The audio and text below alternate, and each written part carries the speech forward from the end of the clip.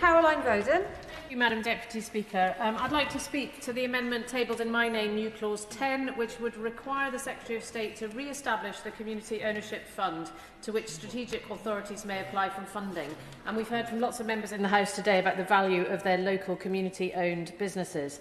Community-owned spaces are of immense economic and social value to their local area. The community ownership model has meant that these businesses across the country are defying the odds at a time when small businesses in retail and hospitality particularly are struggling to survive. And according to Plunkett UK, whose work in this area I commend, business survival rates for community businesses remain exceptional, with a 5-year survival rate of 97%, radically higher than the 39% survival rate of private, small and medium enterprises over the same period.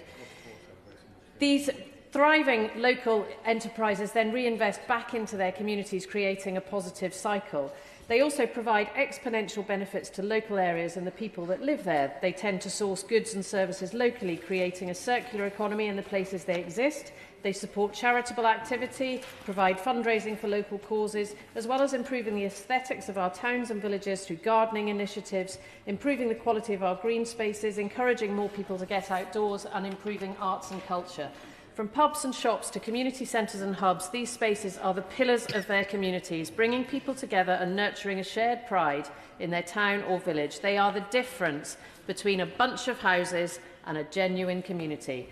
At a time when community cohesion is frayed, division is commonplace, and we are being pulled apart by dangerous individuals who are seeking to widen the cracks that are showing in our society, these community spaces offer a way to reunite communities.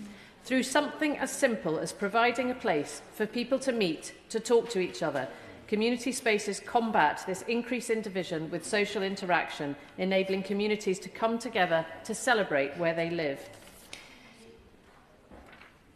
Sorry, I'm trying to cut down my speech. Community-owned spaces also provide a wide array of volunteering opportunities, employing over 20,000 volunteers across this country, from young people right through to older people.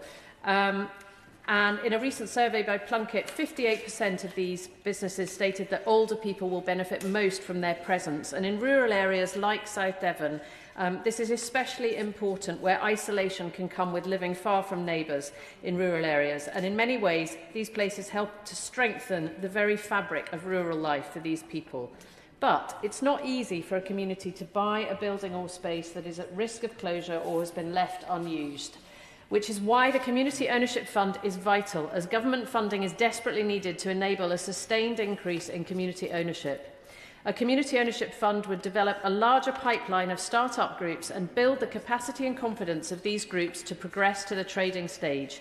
If it was reopened, it would have a transformational impact in enabling the spread of community spaces and the extensive benefits they bring. In the 3 years since the Community Ownership Fund was in place, it saved thousands of cherished community sites which were at risk of closure. Thanks to the fund, community groups could generate income, build financial sustainability and strengthen community ties. It is the government's own mission to double the size of the cooperative sector as set out in their manifesto. It is time, therefore, for them to correct their mistake, fulfil their promise and seize the opportunity this bill presents by backing my amendment, new clause 10, and reopening the Community Ownership Fund. Thank you.